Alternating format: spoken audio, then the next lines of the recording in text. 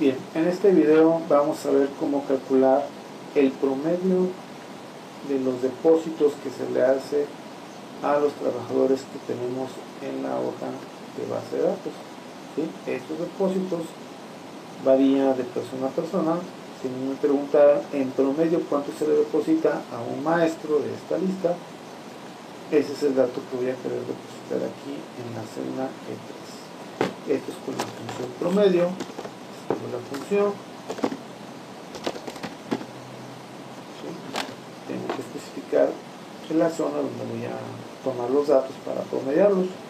Entonces elijo el rango de celdas de N7 hasta N37, que es la zona de los depósitos. ¿Sí? Cierro mi paréntesis, le doy un enter, ya me está calculando que en promedio un trabajador de esa base de datos se le deposita un promedio de 3.802 pesos.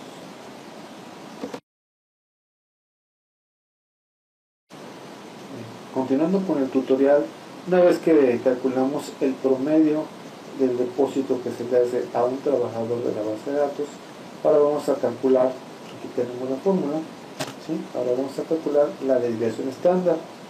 La desviación estándar es un estadístico que normalmente acompaña al promedio y nos dice en promedio cuánto se alejan del promedio todos los datos. Es decir, si los depósitos son de la base de todos los trabajadores son más o menos iguales o son muy dispares unos de otros. Vamos a calcularlo primero. Nos ponemos en la celda y vamos a meternos en este caso al botón de insertar función para buscar dicha función. Esta función es de las estadísticas y aquí vamos a encontrar a desviación estándar, se llama desbest. ¿Sí? Hay varias maneras, varias formas. La más común es la desbest.n, que viene a sustituir la que se llama desbest. Ya en las nuevas versiones de Excel ya no aparece la función desbest, en su lugar es la desbest.n. Una vez que la elijo, le doy a aceptar, ya me pone ahí lista la función y aquí tengo que especificar en qué zona voy a calcular esa desviación estándar. Esa desviación estándar es en los depósitos. Entonces, dejando mi cursor ahí, me voy a la zona de la base de datos y selecciono todos los depósitos. ¿Sí? Y ya se escribió la zona donde lo va a hacer. Le doy a aceptar y ya me está diciendo que la desviación estándar es de 4.837, el cual es un dato muy alto, ya la desviación estándar es menor, pues quiere decir que tenemos depósitos que exceden en mucho los 3.800 pesos. Voy a agregarle en formato de moneda para que se vea de una manera mejor. Entonces de esta manera calculamos la desviación estándar.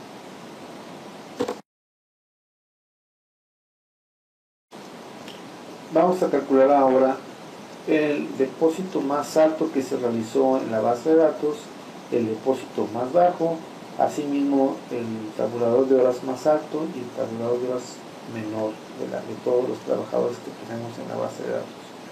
Esto lo vamos a hacer con la función que se denomina max y la función min. ¿Sí? Voy a poner ahí, escribo max, inmediatamente me identifica y solamente tengo que explicar en qué rango voy a encontrar el valor más alto. Entonces, como es de los depósitos, me voy a la hoja datos y selecciono el rango de celdas en donde yo quiero saber cuál fue el depósito más alto. Ya, cierro el paréntesis en mi barra de fórmulas, le doy un enter y ya me está estableciendo el valor. Estos símbolos de número salen cuando en el ancho de la columna no lo suficientemente ancho para que se vea el valor. Lo voy a hacer más ancho y ya se ve que el depósito más alto fue por 24.000 pesos. Para el valor mínimo es prácticamente igual, solamente voy a usar ahora la función min y especifico el rango de datos donde voy a buscar el dato más bajo. Entonces selecciono la zona donde están todos los depósitos, cierro el paréntesis, función, doy en enter, y ya me dice que el depósito más bajo fue por 100 pesos. Y esto mismo lo podemos hacer para saber cuál fue la cantidad de horas más alta, cuál fue la cantidad de horas más baja, usando las mismas funciones. Solamente ahora buscaríamos en la columna donde están las horas. Pues nada más cambiaría la zona donde se va a buscar, ¿sí? Este ejercicio le tendrás que completar para que compruebes que lo aprendido lo estás asimilando.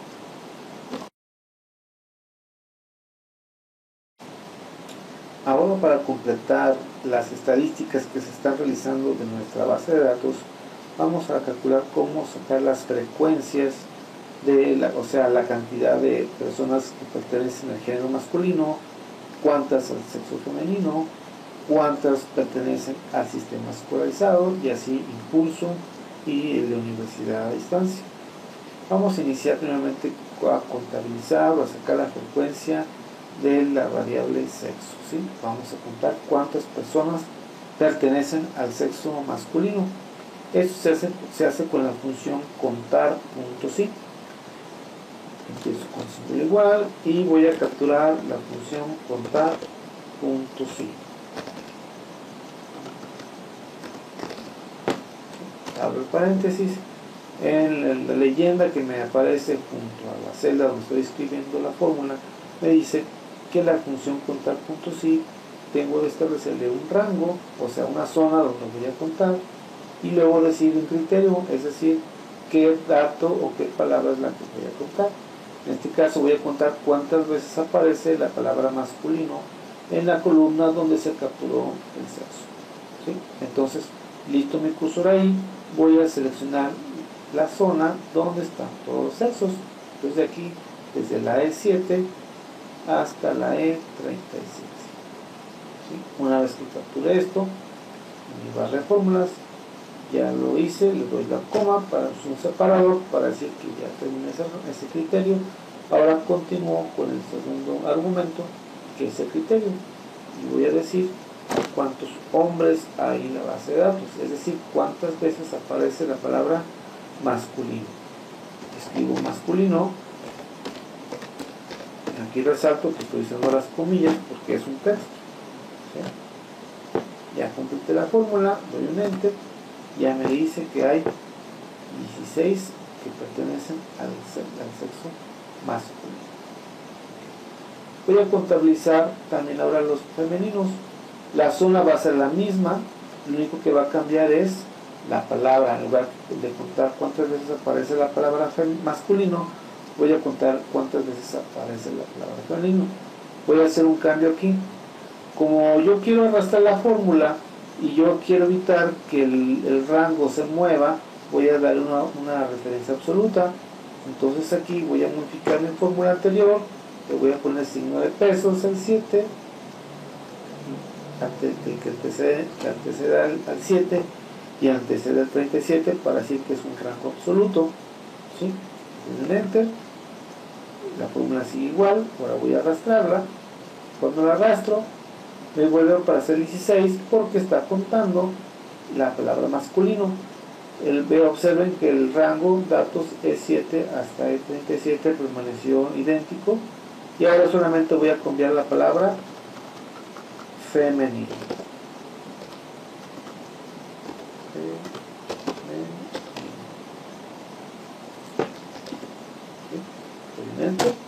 Ya me está diciendo que hay 15 personas que pertenecen al género femenino.